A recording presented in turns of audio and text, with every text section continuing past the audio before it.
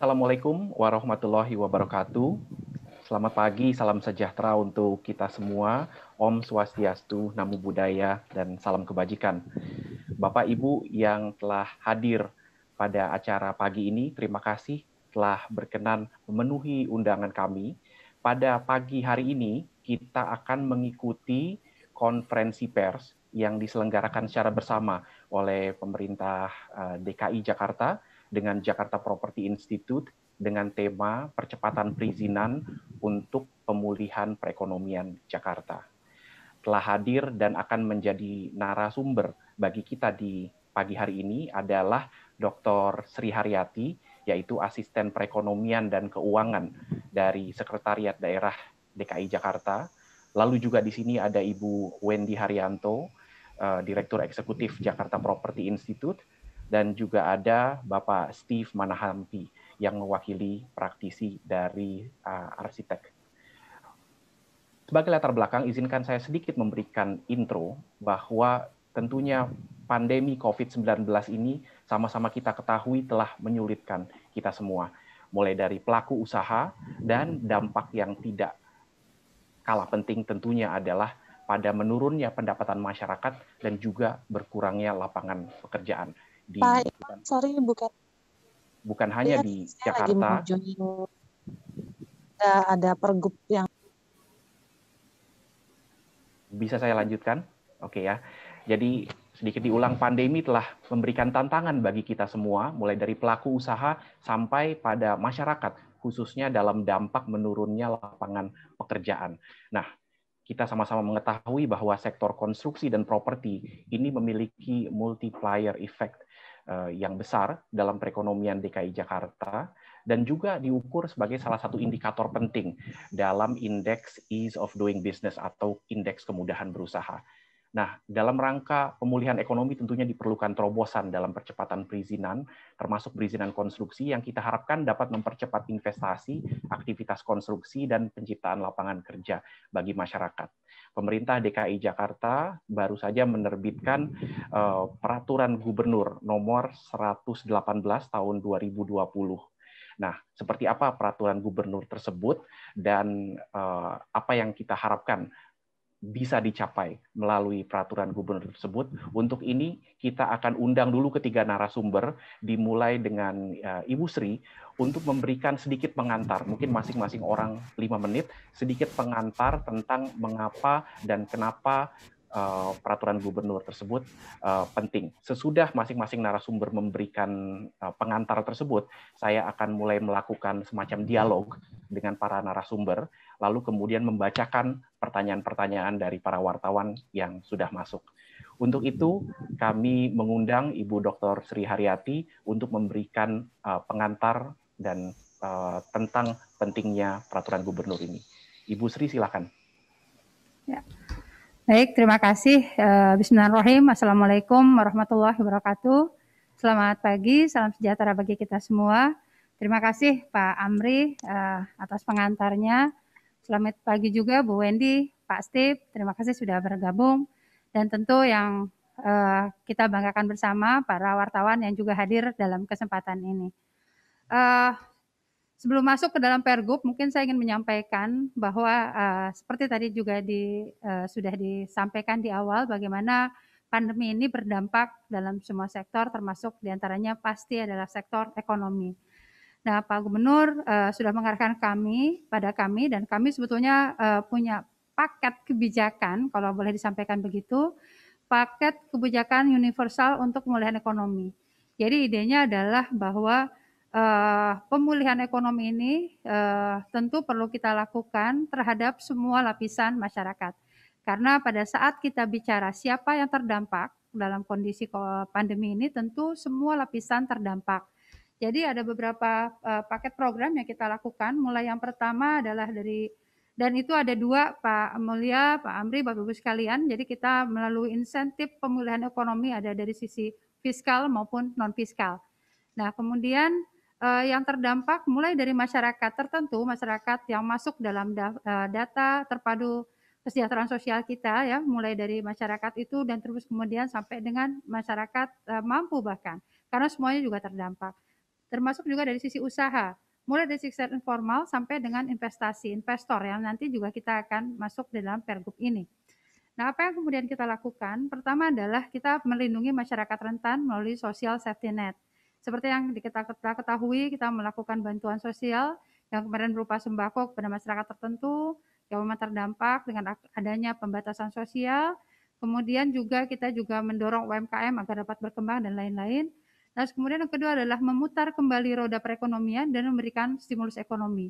Nah, kita masuk di sini ada fiskal, termasuk relaksasi pajak, kontribusi, dan lain-lain. Dan yang ketiga adalah bagaimana menghidupkan kata. Oke, saya lanjutkan. Yang ketiga adalah bagaimana menghidupkan kota bisnis, bagaimana menghidupkan Jakarta sehingga investasi tetap dapat berjalan dalam kondisi pandemi ini. Disinilah kemudian kita masuk, bahwa salah satu yang kita lakukan adalah penyederhanaan perizinan, percepatan perizinan yang nanti akan kita bahas di dalam sesi ini. Jadi itu sesungguhnya merupakan bagian dari paket pemulihan ekonomi universal sesuai dengan arahan Bapak Gubernur. Nah, kemudian kita masuk ke dalam peraturan gubernur yang ingin kita sampaikan ke teman-teman semua. Apa sesungguhnya yang kami lakukan? Apa bedanya dengan yang lalu dan lain-lain? Jadi kita melihat bahwa salah satu sektor yang tadi juga disampaikan yang memiliki multiplier effect terhadap pemulihan ekonomi dari pandemi COVID ini adalah sektor properti. Jadi karena sektor properti memberikan multiplier effect, kemudian kami melihat kembali, menganalisa, kemudian kita melakukan evaluasi terhadap yang selama ini kami lakukan, dan kemudian kami melihat berbagai hal yang memang perlu kita lakukan perbaikan. Nah, dalam pembahasan ini kita pun sesuai dengan yang juga kembali kami sampaikan di sini, Jakarta sebagai City of Collaboration. Bagaimana Jakarta 4.0 ini juga betul-betul mewarnai sistem pemerintahan kami. Dan ini tidak hanya sekedar kata-kata, tapi semua kita lakukan termasuk dalam penyusunan regulasi ini. Jadi kami bicara dengan stakeholder yang tentu terkait, para pelaku usaha dan lainnya, ikatan-ikatan asosiasi dan lainnya, kita juga sudah lakukan pembahasan, dan kemudian kita mengetahui bagaimana masukan-masukan itu kemudian kita tuangkan dalam regulasi yang nanti kita akan bahas di sini. Nah, sekarang apa yang kemudian ada di dalam regulasi ini? Jadi kita menyebutnya di sini adalah sebetulnya adalah percepatan untuk izin pemanfaatan tata ruang. Ya, jadi kita padukan terkait dengan izin pemanfaatan tata ruang ini menjadi satu kebijakan yang berlaku secara komprehensif nantinya. Sederhananya adalah end produknya nanti adalah yang kita kenal dengan IMB. Selama ini kita mengetahui bahwa IMB yang terjadi itu sebetulnya adalah rentetan dari beberapa tahapan-tahapan yang perlu dilakukan, gitu ya. Ada rekomendasi teknis dari dinas dan lain-lain. Nah, untuk itu kemudian kami duduk bersama dan kami melakukan penyederhanaan dengan standar yang jelas. Ini yang paling penting. Karena begitu kami lihat, kami evaluasi memang berbeda-beda waktunya.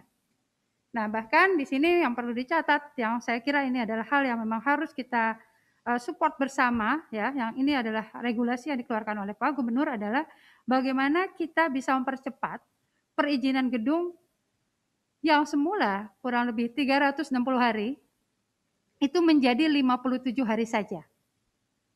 Bahkan untuk rumah tinggal itu bisa sampai 14 hari kerja.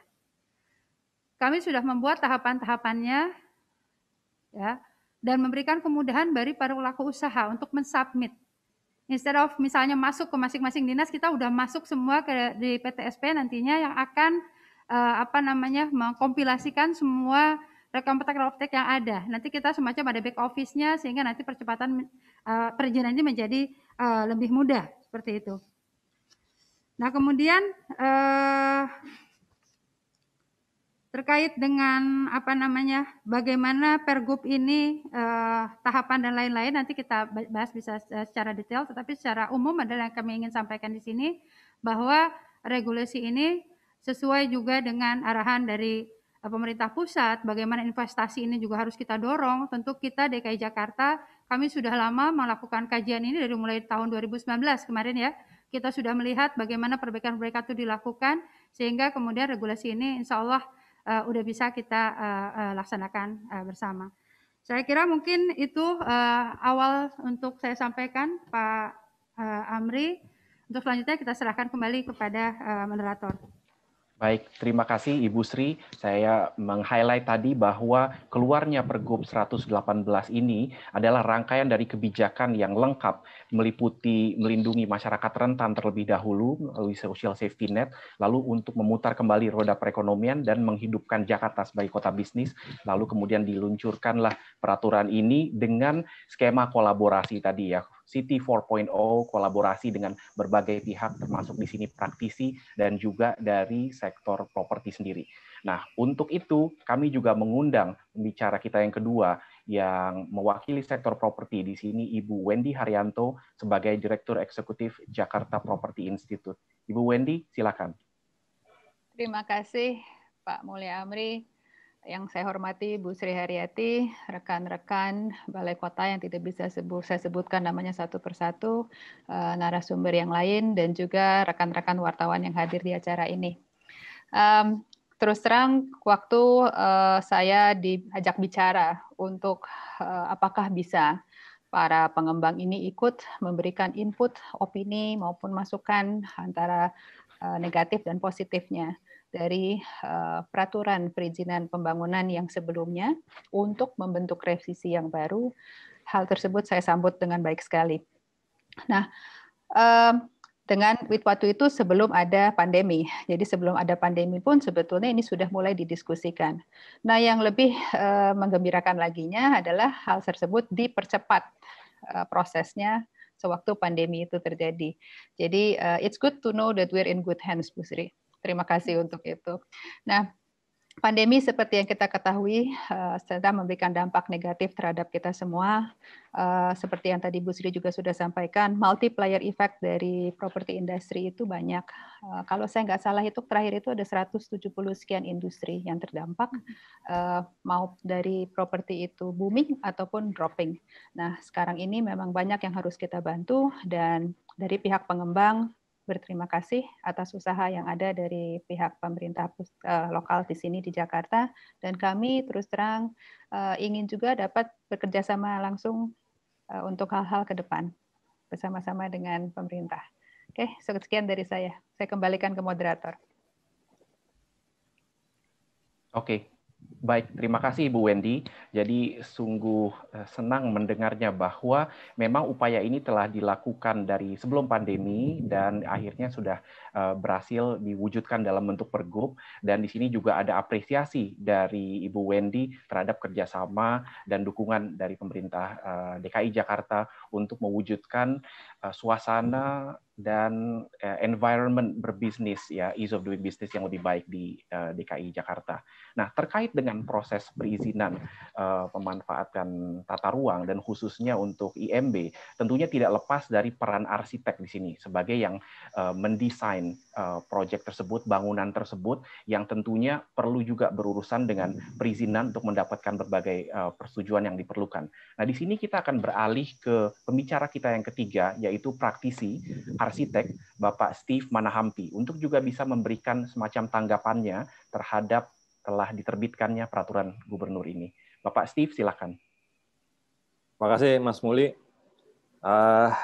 Saya senang sekali ya mendengar kabar bahwa ini ada Bu Sri dan tim Pemprov sudah mengeluarkan pergub ini. Saya pikir ini udah semacam artinya bahwa ternyata keseriusan Pemda gitu ya untuk memperbaiki pelayanan publik. Jadi kami kalau para arsitek ini happy banget, jelas karena apa? Karena arsitek itu kan di-hire berdasarkan kompetensi berdasarkan waktu kita ya. Jadi kalau semakin waktunya semakin cepat, wah, pasti senang juga kita gitu. Artinya proyek itu bisa segera selesai dan kami bisa fokus kepada proses atau pelayanan arsitek yang lain. Jadi artinya kan dalam kita sebagai arsitek itu tidak hanya sekedar mengurusi tim izin saja, tapi juga kita mengurusi tahapan-tahapan yang lain. Jadi saya rasa saya sangat senang sekali dan mengapresiasi sangat besar kepada Pemprov dengan keluarnya pergub ini gitu. Saya malah berharap masih banyak juga pergub-pergub lain yang bisa segera diperbaiki, karena saya dengar juga di Pemprov masih banyak pergub-pergub yang terkait dengan perizinan pembangunan yang sedang diperbaiki. Saya sangat menaruh harapan besar sekali agar itu bisa segera keluar, karena apalagi sekarang dengan kondisi pandemi ini, kita semua akan membutuhkan stimulus-stimulus yang tidak hanya berupa stimulus langsung ekonomi, tapi juga stimulus-stimulus lain yang bersifat sifat mendukung bisnis itu sendiri jalan gitu ya. Jadi saya rasa it's a good thing. Saya malah berharap ini jangan berhenti gitu ya, perubahan atau spirit untuk merubah percepatan ini jangan sampai berhenti, agar ketika pandeminya sudah berakhir, kita sudah memang benar-benar dalam proses recovery, bukan sedang baru recovery gitu ya. Nah, mungkin kalau saya sih boleh titip dengan Bu Sri, jadi tidak hanya pergubnya saja Bu, tapi kemudian nanti harapannya teman-teman Pemda, SDM-nya juga ikut dilakukan akselerasi kemampuannya dan kompetensinya agar mereka juga bisa menerjemahkan keinginan para pimpinan di Pemprov, Bu Sri gitu ya, untuk bisa sampai ke level bawah untuk bisa mengimplementasikan pergub ini, karena biasanya dari kami yang berurusan dengan perizinan itu sering sekali memang masih mendapat kendala di level bawah ya, terutama di wilayah, bagaimana teman-teman wilayah ini juga bisa mendapat akselerasi peningkatan kemampuan agar bisa memenuhi ekspektasi para pimpinan gubernur gitu ya, Bu Sri, yang di atas yang ketika mengkonsepkan atau menelurkan pergub-pergub ini gitu. Itu saja mungkin Mas Muli dari saya. Oke, baik Pak Steve. Jadi tadi kalau Ibu Wendy mengatakan ada 179 industri yang terkait dengan sektor konstruksi dan properti. Di sini tentunya industri konsultan desain arsitektur yang Bapak Steve sebagai arsitek ini adalah salah satu yang terkait dengan sektor ini. Dan tadi Bapak Steve mengatakan seandainya proses untuk perizinan bisa lebih efisien, tentunya dari segi industri itu pun bisa lebih efisien dan efektif bekerjanya, termasuk beralih ke mengerjakan pekerjaan yang lain dan juga tentunya desain yang lebih baik. Jadi kita harapkan arsitek juga bisa menghasilkan desain yang lebih baik seandainya perizinannya bisa lebih sederhana dan jelas. Dan tadi tentunya SDM-nya ya yang kita harapkan sama-sama dapat kita bantu tingkatkan. Oke, baik. Terima kasih kepada ketiga narasumber atas pengantarnya tersebut. Di sini kami dari panitia telah menerima beberapa pertanyaan dari wartawan yang sudah kami catat sebelumnya. Tapi sebelum masuk ke pertanyaan tersebut, izinkan saya untuk melakukan dialog sedikit ya dengan ketiga narasumber ini. Pertama dengan Ibu Sri, saya ada 4 pertanyaan ya untuk disampaikan kepada Ibu Sri. Nah, pertanyaan yang pertama ini sifatnya lebih ke pendalaman dari yang tadi sudah sempat kita bahas secara sekilas, tapi mungkin bagi wartawan atau yang lain yang baru mengikuti, mungkin perlu sedikit latar belakang. Nah, Ibu Sri, apa sih yang melatar belakangi terbitnya Pergub 118 tahun 2020 ini tentang izin pemanfaatan ruang? Mungkin bisa diceritakan sedikit lebih dalam. Silakan Ibu. Ya, baik, terima kasih. Mungkin mendalami sedikit. Jadi intinya begini, terhadap semua regulasi yang ada kita lakukan evaluasi. Ya, jadi memang betul Pak Steve, kita tidak hanya bicara penjagaan masalah, tapi seluruh regulasi di Pemprov ini memang diminta kepada kami untuk dilakukan semuanya itu kita lakukan evaluasi, mana yang masih relevan untuk dilanjutkan, mana yang memang perlu perubahan, mana yang bahkan harus dihilangkan gitu ya. Jadi harus mengikuti dinamika yang ada.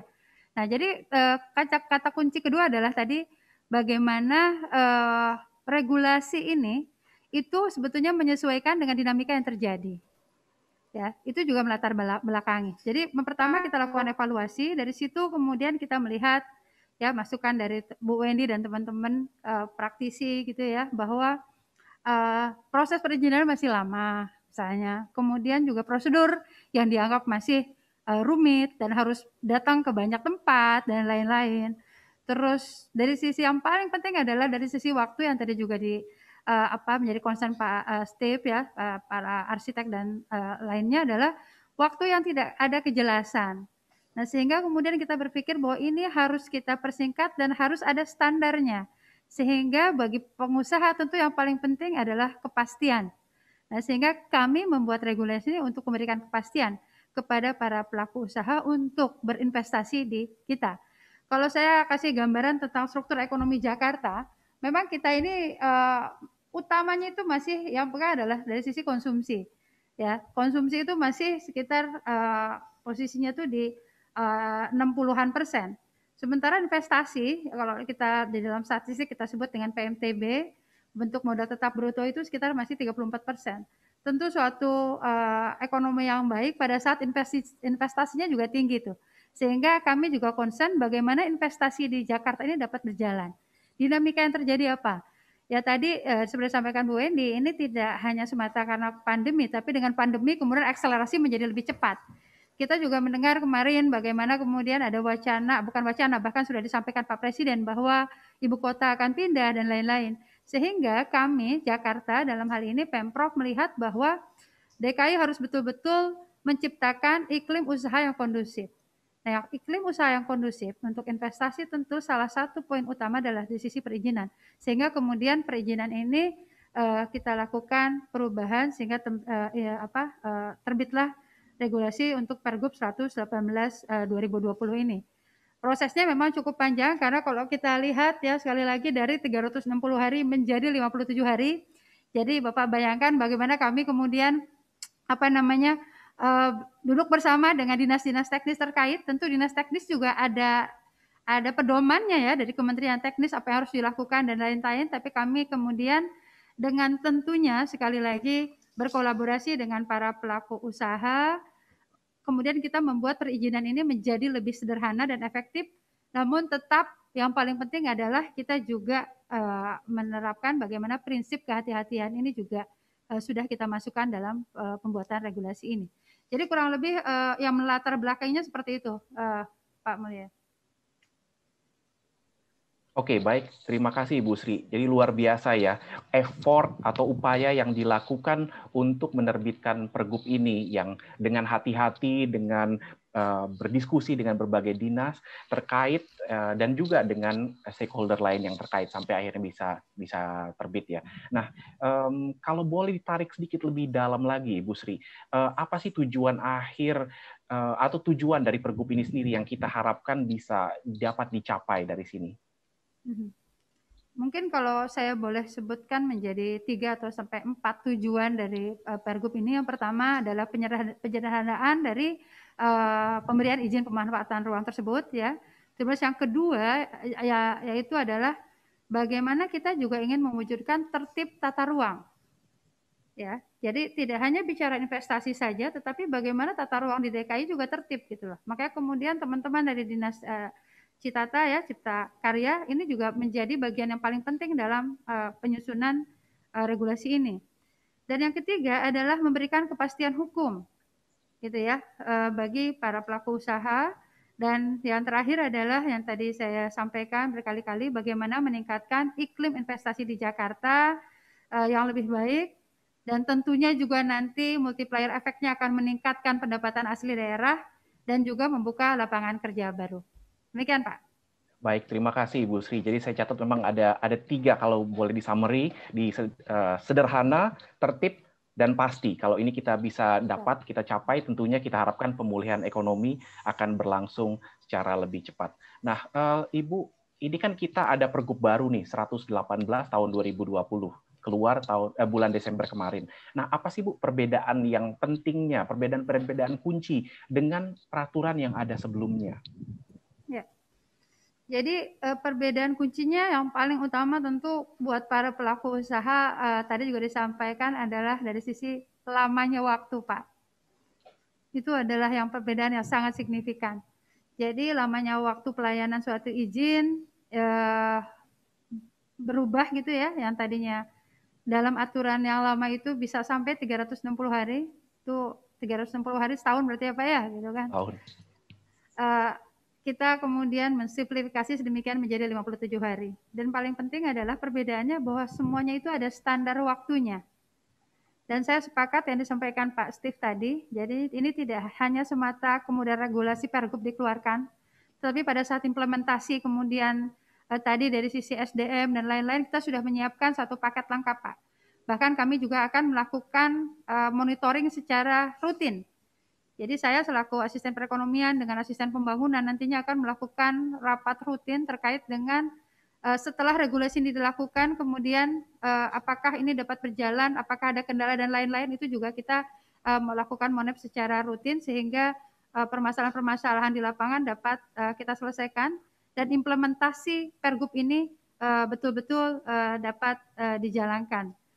Nah, kemudian perbedaan lainnya adalah bahwa kalau sebelumnya kalau kita tadi sampaikan, misalnya end produknya adalah IMB gitu ya, yang lalu itu bahwa persyaratan administrasi itu biasanya dimasukkan ada namanya rekomendasi teknis di masing-masing dinas, disubmit masing-masing gitu Pak, ke masing-masing dinas sehingga di situ membutuhkan waktu yang juga cukup panjang akhirnya. Tetapi dengan kemudian kita melakukan integrasi, mengkompilasikan semua semua kebutuhan-kebutuhan dalam akhirnya mendapat IMB ini kemudian kita gabungkan menjadi satu sehingga proses proses administrasi itu dapat dijalankan secara satu pintu nantinya. Dan yang terpenting adalah nanti ada informasi rencana kota yang akan kita juga keluarkan peta digitalnya yang dapat diakses oleh masyarakat sehingga rencana-rencana tata ruang informasi-informasi lain yang dibutuhkan masyarakat itu menjadi terbuka untuk para pelaku usaha untuk bisa melihat dan memanfaatkannya.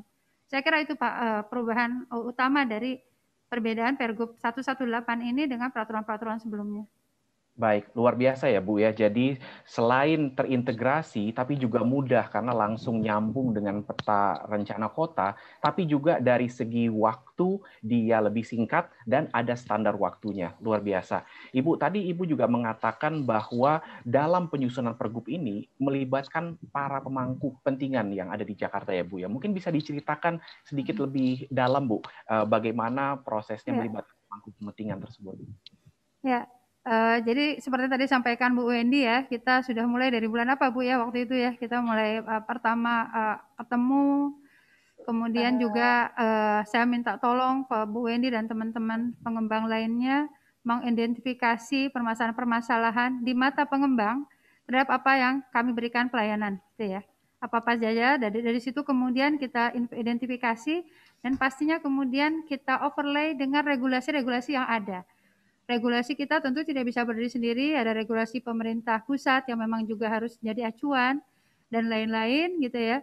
Sehingga kemudian komunikasi ini dijalin dan setelah itu kita juga ada narasumber-narasumber lain yang kemudian kita undang untuk memberikan pandangan-pandangannya. Nah, dari situlah kemudian semua stakeholder sudah kita libatkan. Nah, termasuk juga tentu dari legal aspeknya kita juga sudah pertimbangkan sedemikian yang tadi saya sampaikan prinsip kehati-hatian sehingga kemudian melalui kolaborasi, dibahas bersama, dan lain-lain, regulasi ini kemudian dapat kita terbitkan. Demikian, Pak. Baik, terima kasih Ibu Sri. Tadi Bu Sri mengatakan juga bahwa dalam konteks persiapan peraturan gubernur ini dilakukan konsultasi dan pencarian masukan dari berbagai stakeholder, salah satunya dari sektor properti sendiri, dan di sini ada Ibu Wendy.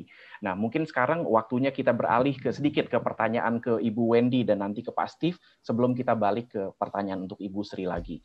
Jadi Ibu Wendy, ini ada pertanyaan, sebetulnya kita udah mulai masuk, ada pertanyaan dari Bapak Ardian Syahfadli, kompas.com. Sebetulnya ada 3 pertanyaan nih ya, mungkin saya baca satu-satu, tapi mungkin kita bisa cepat membahasnya satu-satu. Yang pertama, JPI menyebutkan sebelumnya bahwa ada 2 juta properti kantor yang kosong di Jakarta. Nah, bagaimana langkah dan solusi yang dilakukan Pemprov DKI? Pertanyaan tentang Pemprov DKI ini mungkin nanti saya bisa kita bisa bahas sama-sama. Silakan Bu Wendy. Oke, pertama-tama mungkin yang tadi Bu Sri tanya soal timeline kita mulai kapan untuk mulai diskusi Pergub 118, itu dimulai di kira-kira kuartal 4 2019. Jadi identifikasi masalah sampai ke titik kita merevisi pasar per pasal sampai dengan narasumber lain dan sampai akhir 2020 ya kita selesai prosesnya. Jadi lumayan panjang karena memang banyak sekali yang harus dibahas pada saat itu.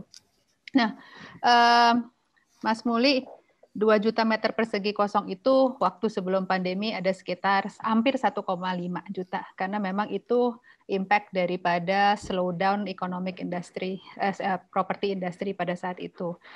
Ada banyak oversupply di perkantoran, jadi menumpuk menjadi 1,5 juta meter persegi, lalu dikenakan lagi dengan adanya pandemi menjadi 2 juta meter persegi, plus minus ya sekarang ya. Ini memang challenge yang tinggi sekali untuk para pengembang gedung-gedung yang sudah jadi, untuk bagaimana caranya supaya mereka bisa 1, bayar hutang, 2, tidak lay off karyawan-karyawannya, 3, memenuhi isi perkantorannya supaya tetap menjadi sumber perkantoran, tempat perkantoran. Nah, dari mereka banyak sekali ide-idenya, tapi semua ini membutuhkan kapital yang tinggi, yaitu perubahan daripada struktur gedung, mungkin bukan struktur utama, tapi dari sisi layout, mechanical, electrical, itu semua dananya lumayan besar. Secara fisik itu bisa dijalankan, tapi dananya yang dibutuhkan besar. Nah, kalau apa yang bisa dibantu dari Pemprov itu sebenarnya fleksibilitas dari perizinannya. Kalau yang sekarang ini, kalau perizinannya itu adalah membangun perkantoran, sudah jadi kantor, lalu mereka merubah menjadi misalnya apartemen, itu ada proses yang harus dijalankan. Ya, saya nggak menyatakan bahwa mereka akan berubah jadi apartemen, but perubahan fungsi seperti itu menjadi tempat tinggal itu pasti ada proses yang harus dijalankan. Yang mungkin bisa dijalankan oleh pihak Pemprov bekerja sama dengan para pengembang yang sudah memiliki aset-aset yang sekarang kosong adalah melihat opportunity dari area-area di mana mereka itu berada dan kebutuhan dari sekitar situ atas jenis properti yang ada. Nah, itu bisa dijalankan sebetulnya dimulai dari diskusi-diskusi. Jadi misalnya dia ternyata ada di area yang sebetulnya membutuhkan pusat kesehatan misalnya. Ya kan, mungkin karena di situ memang daerah tersebut kurang untuk kesehatan. Nah, gedung-gedung kantor yang kosong ini sebetulnya bisa dikonvert. Anything physical tuh bisa. Tapi untuk perizinannya dan rekomendasi dari lingkungan hidupnya juga itu perlu dipertimbangkan. Nah, ini yang kadang-kadang diperlukan fleksibilitas supaya lebih cepat konversi daripada kegunaan gedungnya. Itu dari saya, Mas Muli. Oke, baik. Terima kasih Bu Wendy. Jadi pada intinya, apapun yang fisikal, yang secara fisik sudah terbangun, sebetulnya fungsinya bisa disesuaikan dengan kebutuhan yang ada saat ini ya. Jadi jangan sampai sebetulnya space-nya ada, ruangnya ada, lantainya ada, tapi kemudian kita tidak bisa memanfaatkan karena tentu yang rugi mulai dari developer sampai masyarakat juga yang sebetulnya bisa disediakan layanan tapi belum bisa. Oke, challenge-nya buat kayak Steve gitu tuh, challenge-nya di dia. Nanti gimana caranya dari kantor jadi apa tuh challenge-nya di dia. Kalau arsitek masih bisa. Oke, nanti kita kembali ke Pak Steve. Masih ada pertanyaan Bu Wendy nih. Masih dari Pak Ardiansyah dari Kompas.com. Selama ini pemanfaatan ruang di ibu kota terkendala dengan perizinan status. Semisal jika statusnya izinnya ruang kantor, maka ruang itu tidak bisa digunakan untuk fungsi lain. Ini nyambung dengan yang tadi nyambung juga. Yang tadi. Bisa dikonvert, tapi ada prosesnya. Dan prosesnya itu lumayan panjang sebelum ini ya. Jadi karena kita semua nggak tahu akan ada pandemi. Konversi-konversi yang dijalankan memang selama ini belum terlalu fleksibel. Jadi yang kita harapkan karena adanya pandemi ini akan lebih fleksibel. Betul ya. Jadi memang agar fleksibel ini sehingga ruang yang kosong itu dapat dimanfaatkan untuk ruang lain. Misalnya dalam hal ini kantor. Tapi tentunya ini bukan hanya karena pandemi ya, tapi karena teknologi juga. Kemudian dengan teknologi kita sudah memungkinkan work from home, work from remote area gitu. Pandemi ini jadi semacam mempercepatnya ya, yang perlu dipikirkan sama-sama. Oke, kita lanjut ke Pak Steve ya sebagai arsitek nih. Tadi Pak Steve sudah menyebutkan secara singkat manfaat yang dirasakan oleh arsitek atau teman-teman lain yang berada di industri desain, industri engineering gitu ya, bukan hanya arsitek tapi tentunya juga ahli teknik sipil dan lain-lain yang terkait dengan proses perencanaan dan pembangunan sebuah gedung. Mungkin Pak Steve bisa diceritakan juga ya manfaat apa yang paling dirasakan oleh para arsitek dan konsultan dari adanya pergub ini. Ya baik, Mas Muli. Jadi kalau dari saya sih sebetulnya begini. Tadi kalau mungkin Bu Sri berbicara soal waktu, saya justru ngelihat kenapa ini jadi krusial juga gitu ya antara untuk arsitek. Kenapa? Karena kami ini di garda depan kalau untuk urusan perizinan. Biasanya pada saat pertama kali justru maju itu kan selalu yang dilihat adalah bicara kajian terhadap arsitektur perencanaan kita gitu. Sehingga arsitektur selalu jadi kayak semacam ujung tombaknya nih gitu. Nah, itu yang sering kadang-kadang kita merasakan dan kita jadi bulan-bulanan gitu ya. Karena kan owner kan pemberi tugas itu pemilik itu kan mereka memberi tugas, oke nih Anda silakan Anda maju di depan di awal untuk mengurusi perizinan. Nah, ini yang sering kali menjadikan kami jadi sasaran tembak adalah ketika ternyata waktunya lama gitu ya. Ternyata waktunya itu menjadi untuk tembus di proses di awal saja, di proses kajian arsitektur saja misalnya itu terlalu lama, akhirnya biasanya itu akan merembet ke yang belakang-belakang juga gitu ya.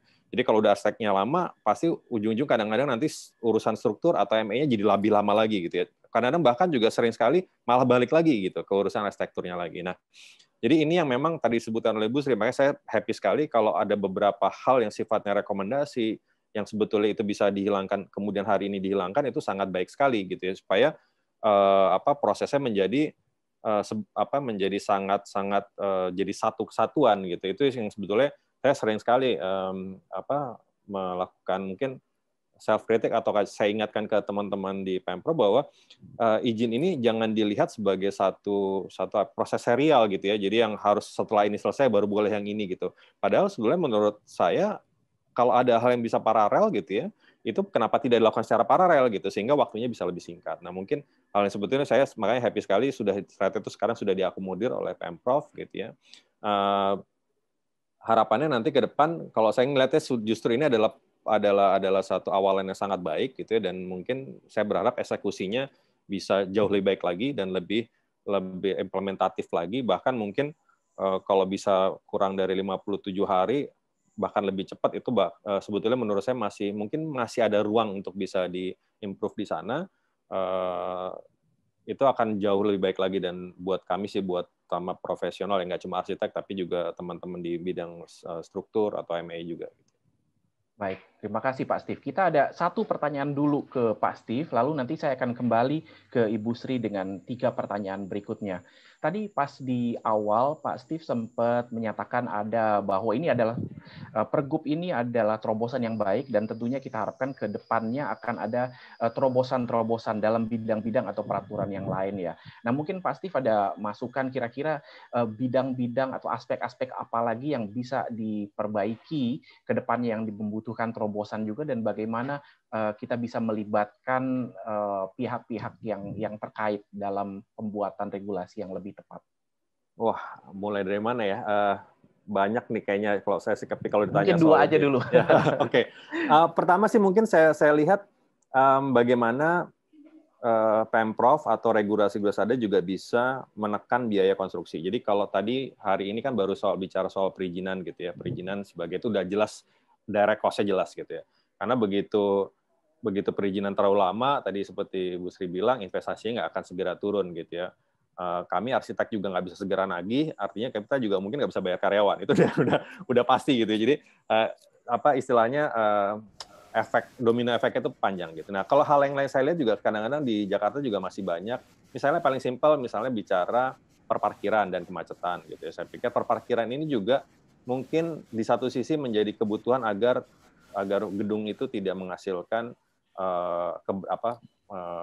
dia bisa mengakomodir kebutuhan parkir. Tapi satu sisi juga mungkin mesti dilihat juga. Saya berharap di Pemprov juga melihat bahwa misalnya jumlah mobil dan jumlah parkir ini juga berkontribusi terhadap kemacetan gitu kan. Saat ini kan kita sudah hadapi. Nah, sekarang sudah ada misalkan dengan MRT, harusnya juga mungkin kalau ada evaluasi terhadap kebijakan parkir ini juga dia akan membantu mungkin bisa menurunkan biaya konstruksi dan kemudian juga mengurangi kemacetan gitu ya.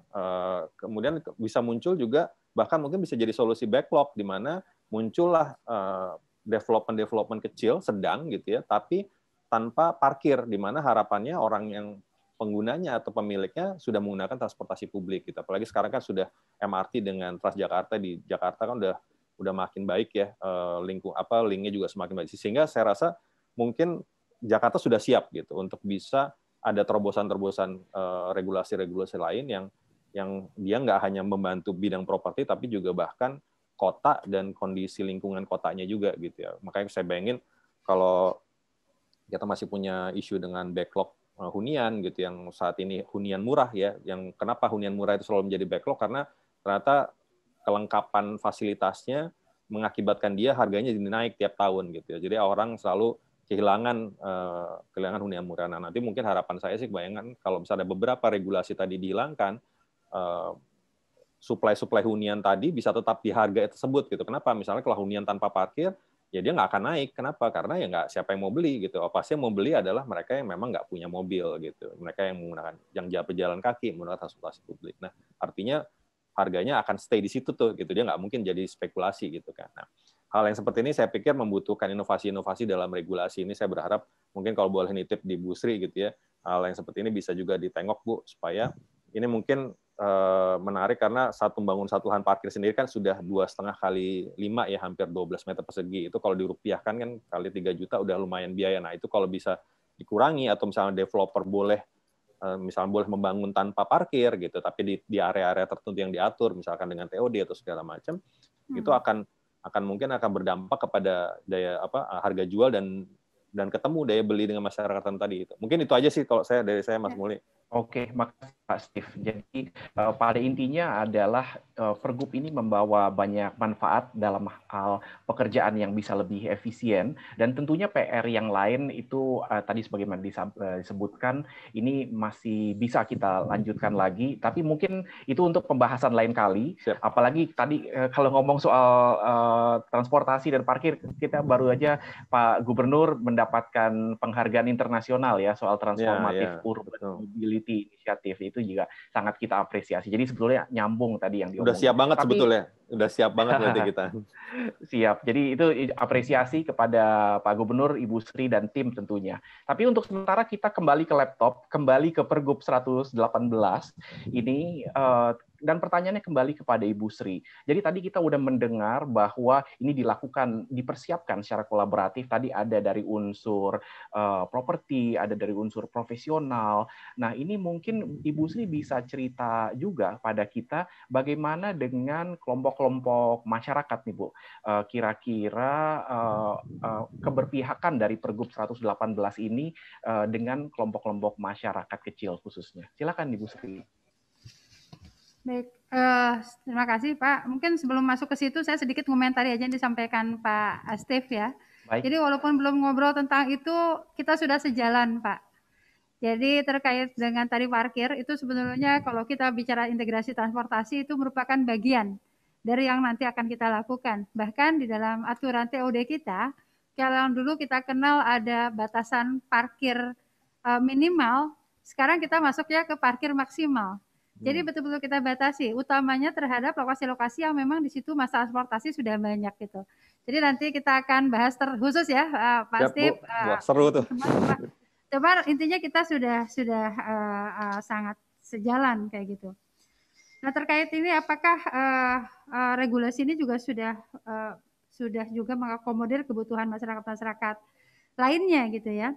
Jadi saya kira di dalam Pergub 118 2020 ini juga akan sangat membantu masyarakat, kalau kita sebut masyarakat kecil gitu ya, dalam memperoleh kepastian, dalam memperoleh status legalitas dalam pemanfaatan ruang, dan tentu akan mempermudah dalam akses dan untuk memperoleh perizinan. Jadi ini juga sudah diakomodir. Jadi dengan mempertimbangkan kemudahan dalam akses pelayanan perizinan tersebut, maka masyarakat kecil tidak perlu lagi menemui proses pelayanan yang tadi misalnya yang lama berbelit-belit, bahkan akan ada percepatan perolehan perizinan apabila prasyarat pengajuan perizinan sudah terpenuhi. Jadi artinya kita juga sudah memikirkan hal tersebut. Juga di sini Pergub yang izin pemanfaatan ruang yang kita susun ini juga sudah melindungi hak warga masyarakat yang sebelumnya mungkin ada kendala terkait misalnya ada akuisisi lahan oleh pengembang yang belum ditindaklanjuti oleh mekanisme pembebasan dan penggantian yang layak. Ya. Jadi di dalam Pergub ini juga sudah ada batas waktu penyelesaian urusan pemindahan alas hak, sehingga nanti ada mekanisme-mekanisme penggantian yang memang sesuai dan lain-lain. Jadi saya kira di dalam Pergub ini juga terkait dengan skema konsolidasi lahan bagi warga masyarakat untuk mendukung program pemerintah dalam memperbaiki kualitas hunian di wilayah Pemprov juga sudah diakomodir. Demikian Pak. Oke, baik. Terima kasih Ibu Sri. Mungkin kita satu pertanyaan terakhir saja untuk Ibu Sri, dan saya juga kembali ingin mengingatkan kepada seluruh peserta, khususnya yang dari media, bahwa press release untuk acara ini bisa di-download, sudah disediakan di kolom chat di Zoom ini. Jadi silakan yang mengisi ini dapat, press release-nya dapat di-download di kolom chat. Oke, baik kalau begitu pertanyaan terakhir ini, Ibu, apa yang diharapkan dengan terbitnya Pergub 118 ini dan langkah-langkah apa yang akan ditempuh oleh pemerintah DKI Jakarta? Ya, Artinya seperti yang kita kembali ya, harapan dari kami tentu tujuan yang tadi saya sudah sampaikan itu dapat dapat terlaksana dengan baik, gitu ya. Mulai tadi perizinan bisa lebih sederhana, tertib tata ruang, termasuk kemudian investasi ini betul-betul dapat dilaksanakan. Dan saya yakin bahwa implementasi regulasi ini perlu kerjasama yang baik dari semua pihak. Ya, kami dari Pemprov sudah menginisiasi masukan-masukan yang bersama dengan para stakeholder. Nah, dalam implementasinya nanti kami mohon juga untuk tetap memberikan masukan kepada kami. Jika dalam lapangan misalnya terjadi kendala dan lain-lain, sehingga kita bisa terus melakukan evaluasi. Karena kita melakukan monitoring dan lain-lain itu mulai dari sebelum, saat, dan juga setelah. Itu terus kita lakukan. Artinya bahwa komitmen kita semua menjadi sangat penting. Pak Gubernur sudah membuat komitmen dengan membuat pergub ini, dan saya bersama teman-teman di pemerintah tentu juga harus berkomitmen untuk bagaimana regulasi yang ada ini betul-betul dapat dijalankan sesuai dengan yang tertera di sini, dan teman-teman para pelaku usaha untuk juga melaksanakan kewajiban-kewajibannya seperti yang dalam regulasi tersebut, dan juga jika dalam pelaksanaan di pihak kami masih ada hal perlu dikoreksi dan lain-lain, feel free untuk selalu menyampaikan kepada kami untuk kita carikan solusi-solusinya. Demikian, Pak. Baik, terima kasih Ibu Sri. Bapak Ibu peserta press conference pada hari ini, demikianlah dengan pernyataan penutup tadi dari Ibu Sri, kita cukupkan acara ini. Kembali saya ingatkan bahwa materi press release-nya bisa di-download melalui link yang tersedia di chat. Dan dengan acara ini kami juga menyampaikan apresiasi kepada pemerintah DKI Jakarta atas terobosan-terobosannya, dan juga kami menyampaikan apresiasi atas sikapnya yang terbuka. Jadi tadi sebagaimana disampaikan Ibu Sri, terus mencari masukan agar ke depannya DKI Jakarta dapat terus lebih baik menciptakan lapangan pekerjaan dan ikut membantu mempercepat pemulihan ekonomi secara nasional juga. Dengan ini kami ucapkan terima kasih kepada Ibu Sri, Ibu Wendy, dan juga Bapak Steve. Acara kami tutup.